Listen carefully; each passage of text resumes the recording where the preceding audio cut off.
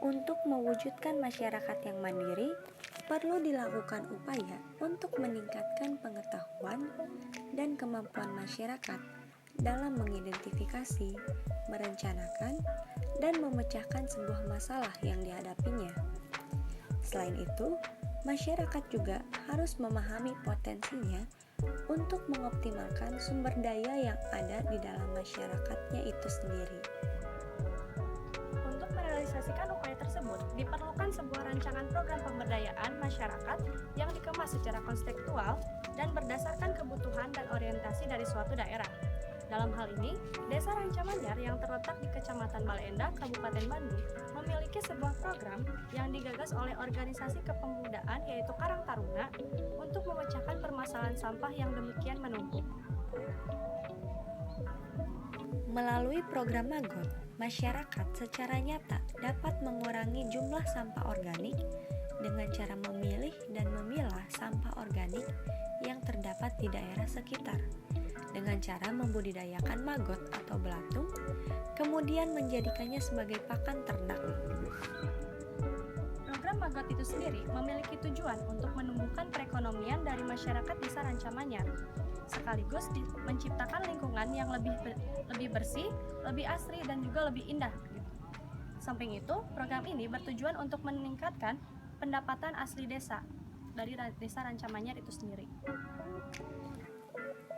Adapun yang menjadi target sasaran dalam program ini adalah masyarakat itu sendiri, sehingga dalam proses perencanaan, perancangan maupun pelaksanaannya, masyarakat sekitar turut berpartisipasi secara aktif dalam bermusyawarah untuk menentukan kebijakan terkait program Magot yang dirancang oleh organisasi kepemudaan Karang Taruna di Desa Rancamanyar tersebut.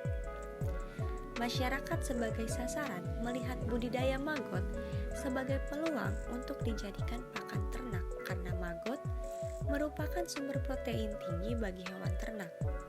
Setelahnya, hewan ternak atau ayam Arab yang diberikan makan maggot akan bertelur, sehingga nantinya telur tersebut akan dijual dan hasil penjualannya dipergunakan untuk memberdayakan Karang Taruna dan juga warga desa.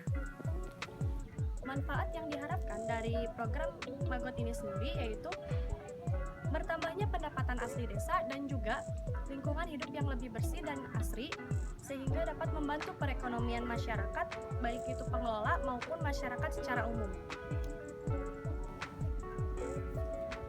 Pendekatan yang dilakukan oleh pemberdaya dalam hal ini adalah pendekatan secara top down atau dari atas lalu ke bawah. Karena program ini merupakan keberlanjutan dari program pemerintah kabupaten yaitu budidaya maggot dan dikelola oleh Karang Taruna.